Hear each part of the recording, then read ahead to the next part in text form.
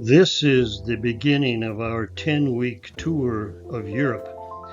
We begin that tour in Paris with 3 days in Paris and 1 day at Versailles. Then we were going on to Germany. We discovered that Megami was going to be in Paris at the same time. Our friend Barbara was with us through our first week in Germany. This is a satellite view of Paris showing the sites that we will be visiting. On the lower left, you can see the location of our apartment. Everything was within walking distance. You can see that we were packing many things into 3 days in Paris. Our apartment in Paris was very small, but very conveniently located. On the left, you see our street that dead ends past our apartment building, and on the right, the view from our balcony. On the first day out, we discovered that right around the corner from our apartment, there was an open-air market. Everything looked so very good. It seems, however, that we were so busy that we were not going to be shopping for groceries.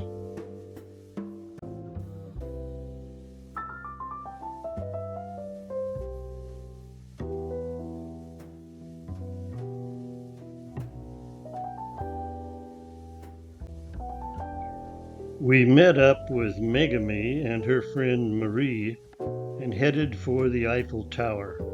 The tower was constructed in 1887 to 1889 as the entrance to the World's Fair. It is one of the most recognizable structures in the world. 6.9 million people ascended it in 2015, the year that we were there, and I think many of them were there that day. There were so many tourists that day that we would have had to wait hours in order to go up into the tower. As you can see on this sign, possible saturation at the top. We decided to skip it because we had so many things that we wanted to see.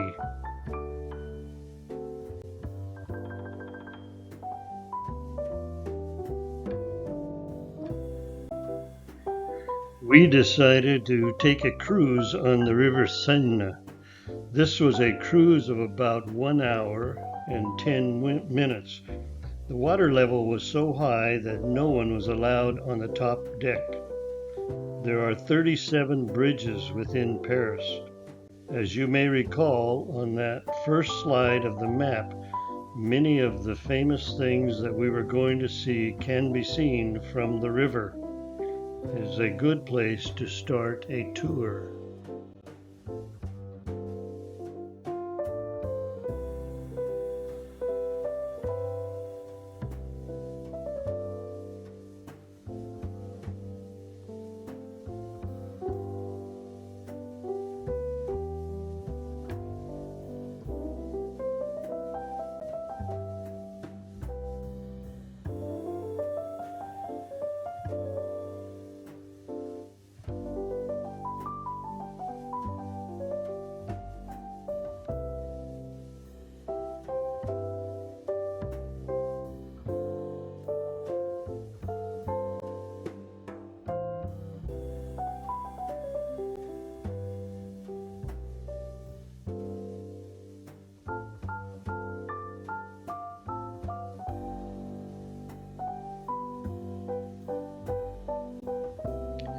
The first museum that we visited was the Quai Branly Museum.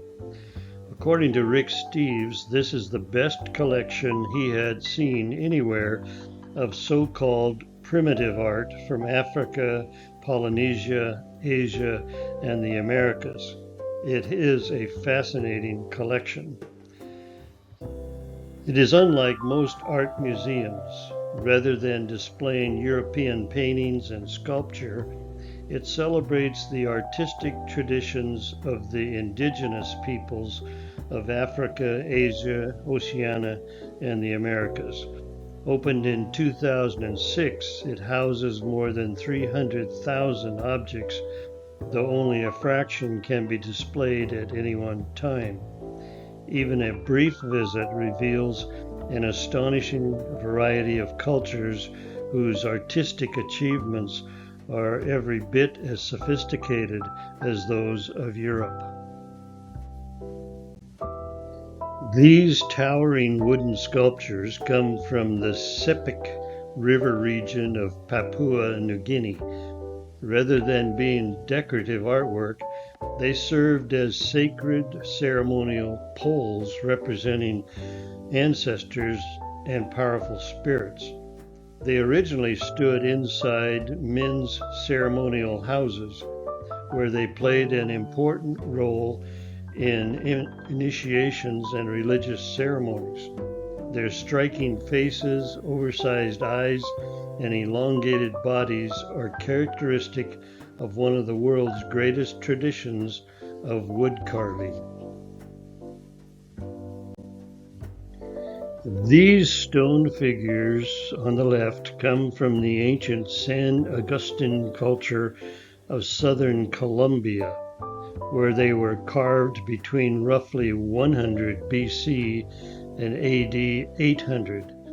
They once stood as guardians of tombs and ceremonial sites. Although archaeologists cannot identify the individuals they portray, they are believed to represent powerful ancestors, rulers, or spiritual beings. Their large, staring eyes and simplified forms make them among the most recognizable sculptures of pre-Columbian South America.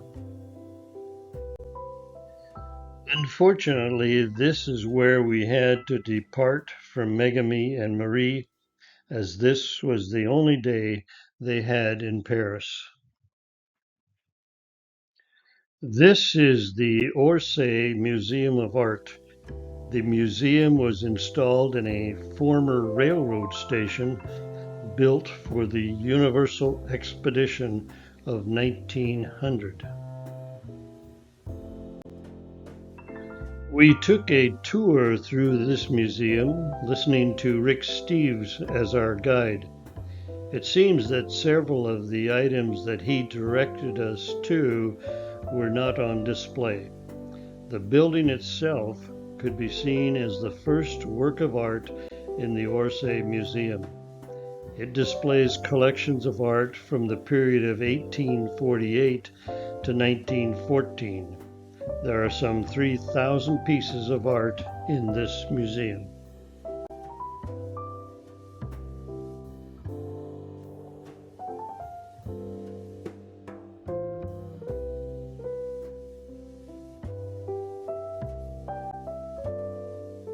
We headed for the Tuileries Garden, where we had lunch. This photo is of the love locks on the bridge crossing the river from the Orsay Museum to Tuileries Gardens. For many years, people have been placing locks on the bridge to express their affection, usually etched with the couple's initials attached to the bridge and the key tossed into the river Seine below. With hundreds of thousands hanging on the bridge, they became too heavy, and there was a constant risk that they could come crashing down on boats passing underneath. We were there on May 10th, and they were removed on June 1st. The Tuileries Garden, Jardin des Tuileries, created as the garden of the Tuileries Palace in 1564, it was opened to the public in 1667 and became a public park after the French Revolution. Since the 19th century, the Tuileries Garden has been a place for Parisians to celebrate, meet, stroll, and relax. Covering an area of 63 acres, it is one of the most iconic parks in Paris. From the gardens, we headed up the Avenue de Champs Elysees toward the Arc de Triomphe. The avenue is 1.2 miles long and 230 feet wide. It is known for its theaters, cafes, and luxury shops, and it's also the finish of the Tour de France cycling race. The name is French for the Elysian Fields, the place for dead heroes in Greek mythology. It has been described as the most beautiful avenue in the whole world. The Arc de Triomphe honors those who fought and died for France in the French Revolutionary and Napoleonic Wars, with the names of all French victories and generals inscribed on inner and outer surfaces. Beneath this vault lies the tomb of the unknown soldier from World War I. The overall height is 164 feet. It was commissioned in 1806 by Emperor Napoleon and was not completed until between 1833 and 1836. You look carefully at the top, you can see that there are people up there on the top.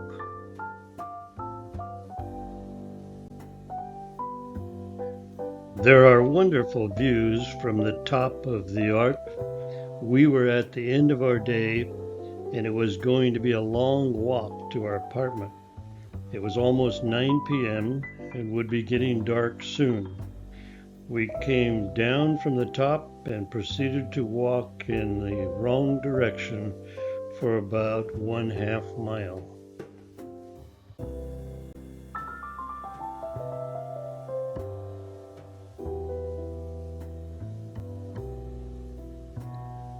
The Notre-Dame Cathedral was essentially complete by 1345. It is among the most well-known churches in the world. We were there before the fire.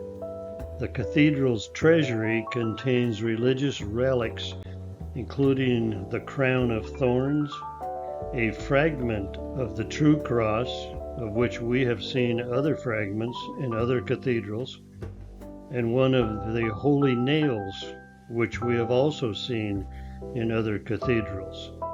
At another cathedral, a tour guide actually told us that the Catholic Church did this to attract the uneducated. A bronze star is embedded in the pavement outside the entrance to the cathedral. It marks the official center of Paris. While we were waiting, many tourists were taking photos of the star, and we had an opportunity. We placed Woody on the star. Then we had a hard time retrieving him because he was so recognized, and everyone started taking photos of him on the star. Notre-Dame is dedicated to the worship of the Virgin Mary. In the photo on the right, Mary is seen holding the baby Jesus. Adam is on the left and Eve is on the right. Throughout Europe, we have seen God's name displayed prominently in ceilings and in the domes, while in this cathedral the name is missing, although as seen in the photos on the left, Satan and his demons are represented. On the facade of Notre Dame, there's a row of 28 statues known as the Kings of Judah. During the French Revolution, these were mistaken for the hated French kings, and Notre Dame represented the oppressive Catholic hierarchy. The citizens stormed the church, crying, "Off with their heads!" All were decapitated, but have since been recapitated. Many of the heads were found during a 1977 excavation nearby. The cathedral was rededicated to the cult of reason and then to the cult of the Supreme Being. For a time, the Goddess of Liberty replaced the Virgin Mary on several altars. The man with his head in his hands is Saint Denis. Back when there was a Roman temple on this spot, Christianity began making converts. 4th century Bishop of Roman Paris, Denis, was beheaded as a warning to those forsaking the Roman gods. The man who became Saint Denis got up, tucked his head under his arm, headed north, paused at a fountain to wash it off, and continued until he found just the right place to meet his Maker.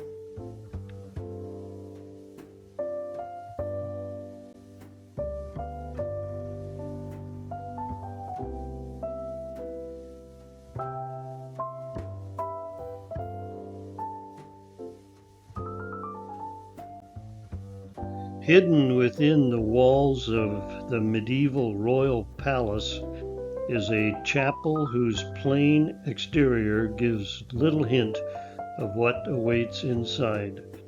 Built in just 6 years for King Louis IX to house the crown of thorns, Sainte Chapelle was designed as a jewel box of light.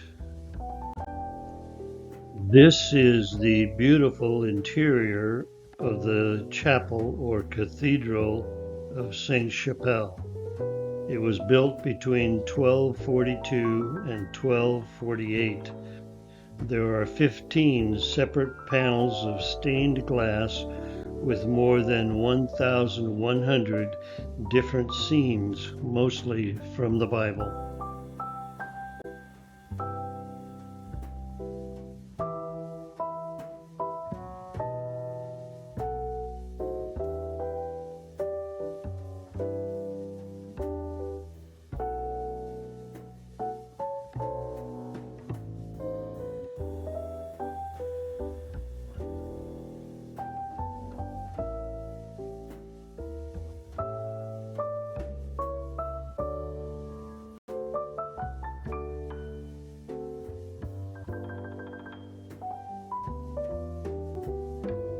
This is the courtyard of the Conciergerie, which served as one of the most notorious prisons during the French Revolution.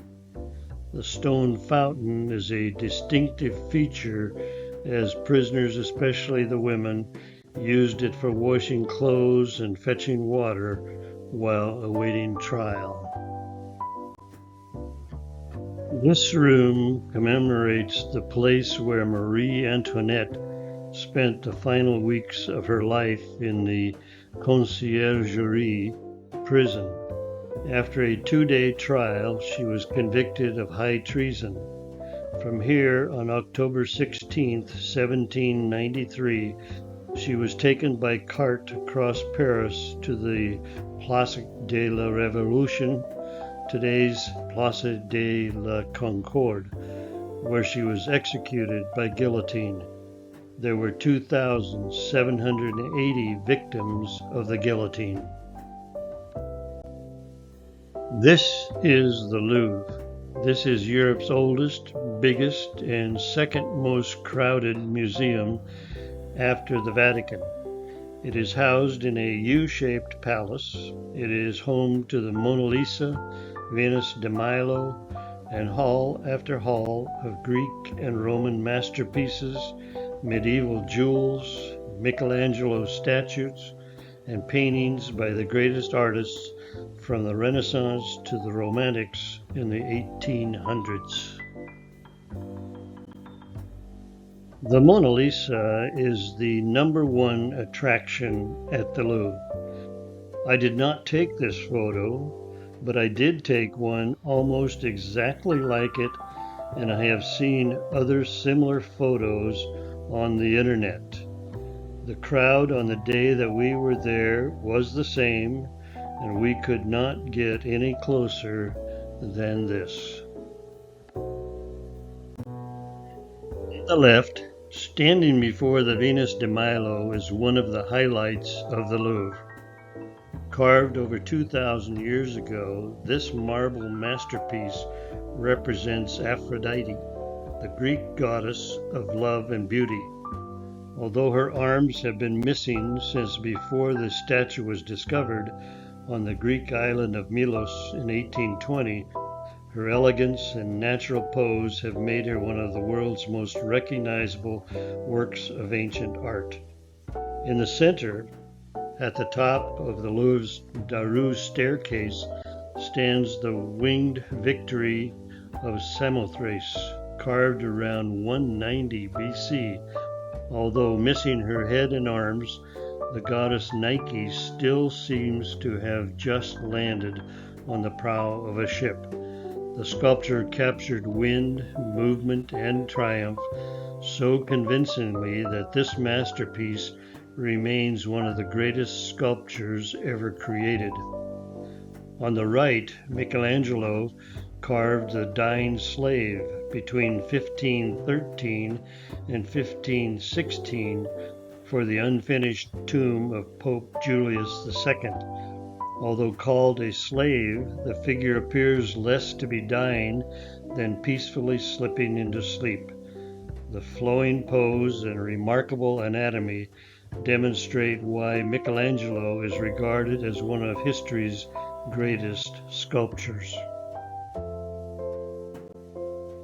This masterpiece by Antonio Canova captures the instant when Cupid awakens Psyche with a kiss.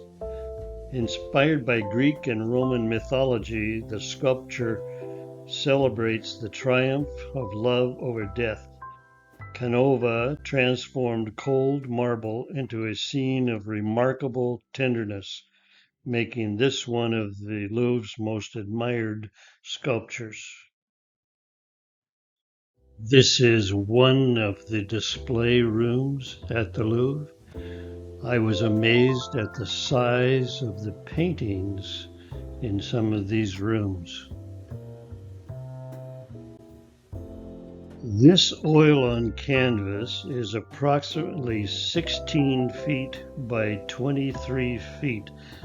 This enormous canvas is the Raft of Medusa, painted by Theodore Géricault in 1819.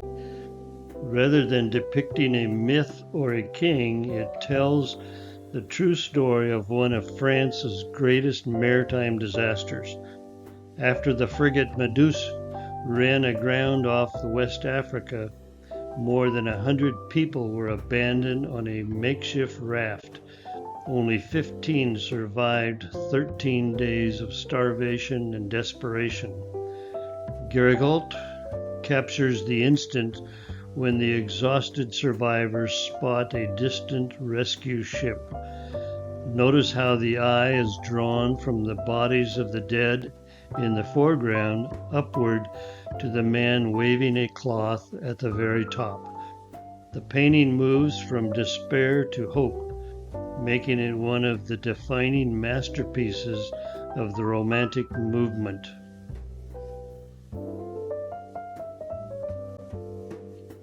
This painting was identified with the help of ChatGPT from nothing more than a partial photograph that I had taken in the Louvre without a title, artist's name, or museum label. I had described it as a caveman with a cart. Once the distinctive figures and composition were recognized, it was identified as Cain by Fernand Cormon, painted in 1880. Rather than portraying the murder of Abel, Cormon shows what happened afterward. Condemned by God to wander the earth, Cain leads his family into an uncertain future. His weary face, the frightened women and children, the hunters carrying their meager food, and the harsh, barren landscape all emphasize the heavy burden of guilt and exile. Measuring nearly 23 feet wide, the painting overwhelms the viewer. In inviting us to imagine the loneliness of humanity's first exiles and the lasting consequences of a single act of violence. We had one more day in the area of Paris, and that was to visit the Grand Palace of Versailles. And that will be on another video. Please join us for that.